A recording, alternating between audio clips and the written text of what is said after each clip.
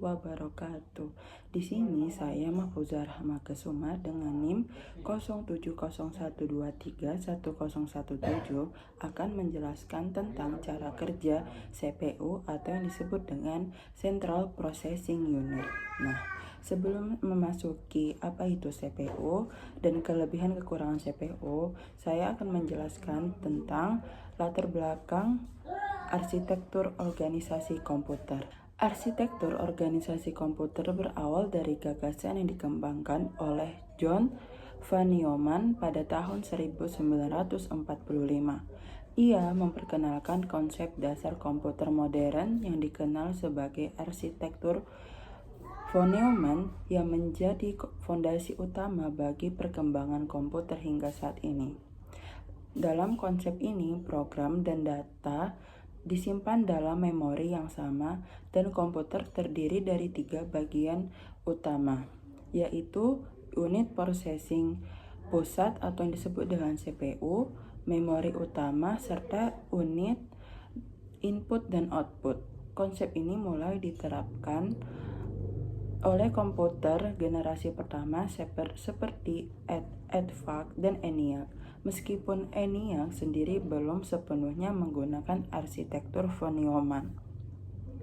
Seiring waktu, organisasi komputer pun mulai berkembang untuk mengatur bagaimana data diproses di dalam CPU, bagaimana memori digunakan, serta bagaimana instruksi dieksekusi.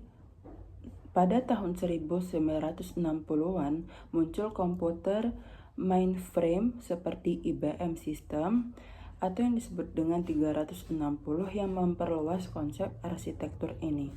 Kemudian pada era 1970-an komputer yaitu RISC atau Reduced Instruction Set Computing dan CISC Complex Instruction Set Computing. Hingga kini, arsitektur dan organisasi komputer terus berkembang mengikuti kemajuan teknologi seperti hadirnya proses multicore, komputasi paralel, dan efisiensi energi yang lebih tinggi. Selanjutnya, apa itu CPU atau yang disebut dengan Central Processing Unit? CPU adalah singkatan dari Central Processing Unit atau dalam bahasa Indonesia disebut unit pemrosesan pusat. CPU adalah otak dari komputer. Semua perintah yang kamu berikan ke komputer, seperti membuka aplikasi, mengetik, bermain game, dan lain-lain, akan diproses oleh CPU. CPU menjalankan tugas utamanya dengan melakukan 3 fungsi dasar. Yang pertama, mengambil instruksi dari memori atau yang disebut dengan fetch. Yang kedua, decode atau menerjemahkan instruksi. Yang ketiga, execute atau menjalankan instruksi. Nah, ketiga ini adalah proses yang berlangsung sangat cepat dan terus-menerus selama komputer menyala. Kecepatan CPU dalam melakukan tugas ini biasanya diukur dalam kesatuan Hertz, seperti MHz atau MHz, tulisannya MHz, atau GHz, tulisannya GHz, yang menunjukkan berapa juta atau miliar siklus instruksi yang bisa dijalankan dalam 1 detik. Semakin tinggi kecepatannya, semakin cepat pula CPU memproses data. Selanjutnya, ada struktur CPU. Yang pertama, ALU. ALU atau yang dikenal dengan Arithmetic Logic Unit adalah bagian dari CPU yang bertugas melakukan operasi matematika dasar seperti penjumlahan, pengurangan, pembagian, dan perkalian, dan operasi logika seperti perbandingan atau keputusan logis. Yang kedua, CU. CU adalah control unit, bagian yang bertugas mengatur dan mengendalikan semua aktivitas dalam sistem komputer, termasuk mengatur alur data antara CPU, memori, dan perangkat input atau output. Yang ketiga, register. Register adalah tempat penyimpanan sementara di dalam CPU yang digunakan untuk menyimpan data atau instruksi yang sedang diproses. Yang keempat, cache memori. Memori berkecepatan tinggi yang berada di dalam atau dekat CPU berfungsi untuk menyimpan data atau instruksi yang sering digunakan agar proses eksekusi menjadi lebih cepat. Perkembangan teknologi membuat CPU saat ini tidak hanya terdiri dari satu inti core, melainkan bisa memiliki 2, 4, bahkan hingga lebih dari 8 inti. Hal ini disebut sebagai multi-core processor yang memungkinkan CPU melakukan multitasking, yang artinya menjalankan banyak program secara bersamaan dengan lebih efisien. Fungsi CPU ada 3. Yang pertama, mengolah data, menjalankan instruksi, mengontrol kerja komponen lain.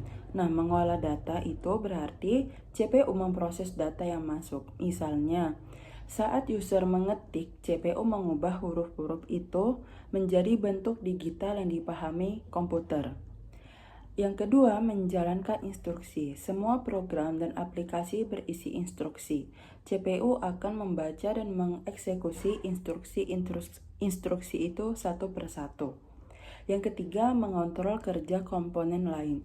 CPU juga mengatur komunikasi antara memori, hard disk, layar, keyboard, dan semua komponen komputer lainnya. Menjalankan program-program yang disimpan dalam memori utama dengan cara mengambil instruksi, menguji instruksi tersebut, dan mengeksekusinya satu persatu sesuai alur perintah.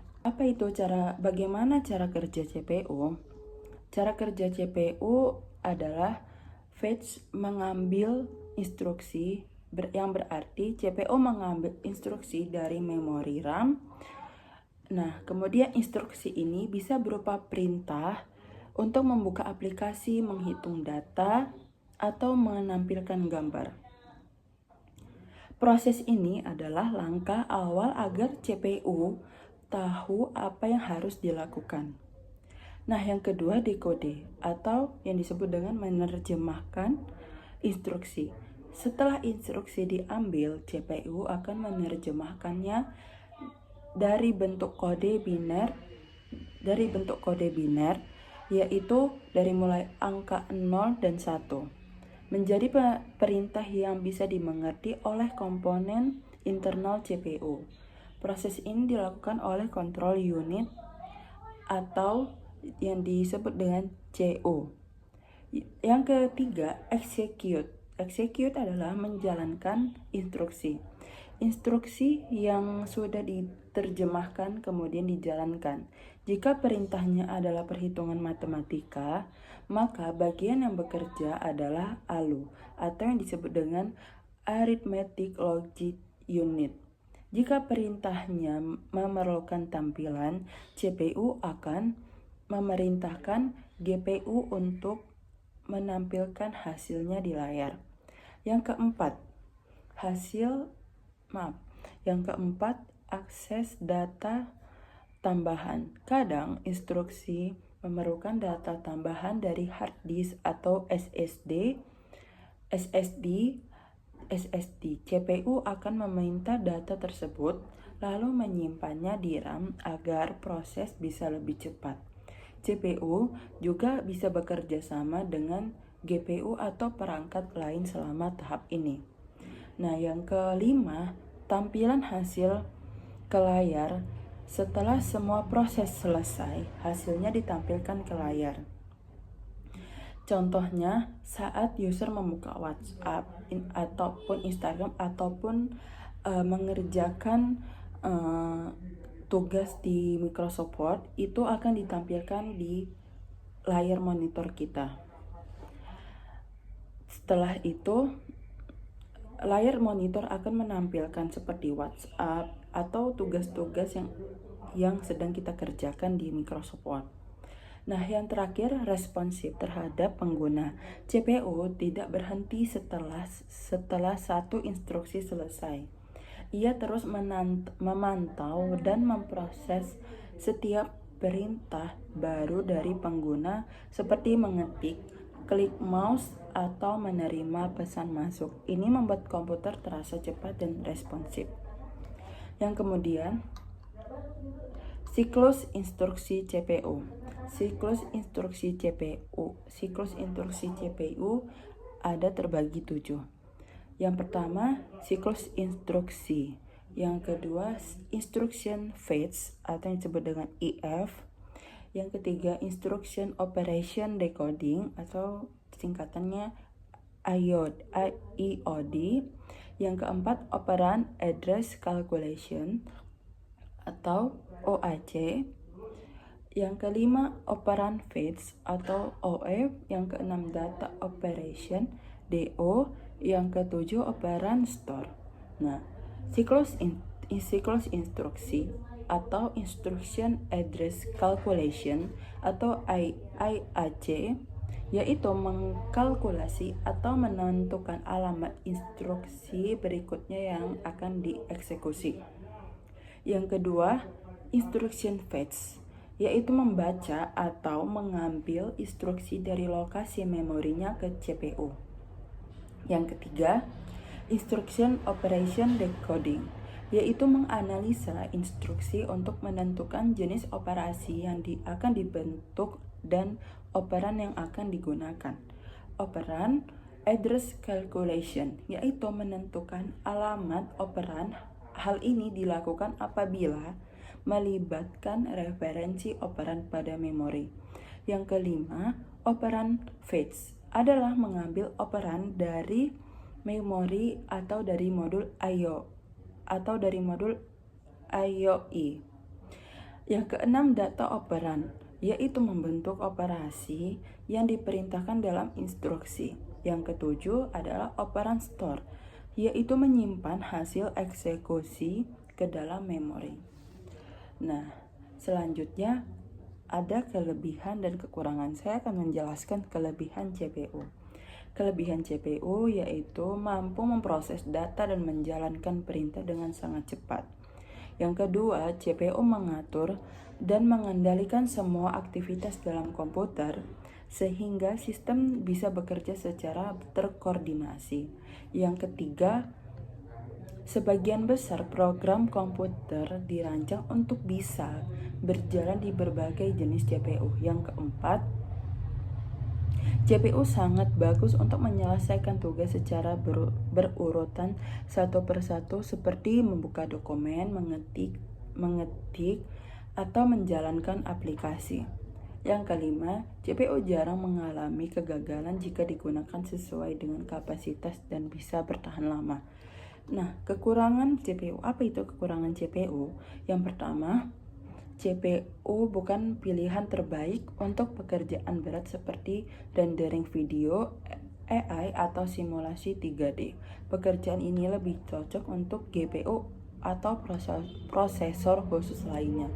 Yang kedua, saat memproses data besar atau multitasking, CPU bisa mengonsumsi daya listrik lebih banyak dan menghasilkan panas yang tinggi. Yang ketiga, semakin tinggi performanya, semakin mahal harga CPU.